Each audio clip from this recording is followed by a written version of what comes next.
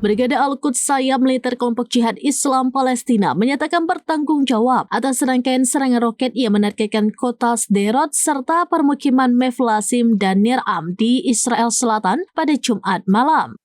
Menurut pernyataan yang dirilis oleh kelompok tersebut, serangan ini merupakan respon terhadap agresi Israel yang berkelanjutan di jalur Gaza dan tepi barat. Sejumlah roket dilaporkan ditembakkan dari berbagai lokasi di jalur Gaza, memicu sirine peringatan udara di komunitas-komunitas Israel yang berbatasan dengan wilayah Palestina. Sistem pertahanan udara Iron Dome Israel diaktifkan untuk mencegah proyektil yang masuk meskipun belum ada laporan resmi mengenai jumlah roket yang berhasil dicegat atau dampaknya di darat. Pihak berwenang Israel belum mengeluarkan pernyataan resmi terkait kerusakan atau korban jiwa akibat serangan ini, namun warga di wilayah yang ditargetkan diinstruksikan untuk tetap berada di dekat tempat perlindungan bom. Serangan roket ini menandai peningkatan ketegangan di kawasan tersebut menyusul periode relatif tenang yang singkat. Insiden ini terjadi di tengah kekhawatiran internasional yang meningkat mengenai situasi kemanusiaan di jalur Gaza dan prospek eskalasi konflik yang lebih luas.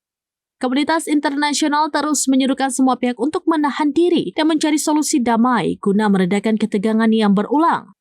Konflik yang berkepanjangan antara kelompok bersenjata Palestina dan Israel telah menyebabkan penderitaan yang signifikan bagi warga sipil di kedua belah pihak.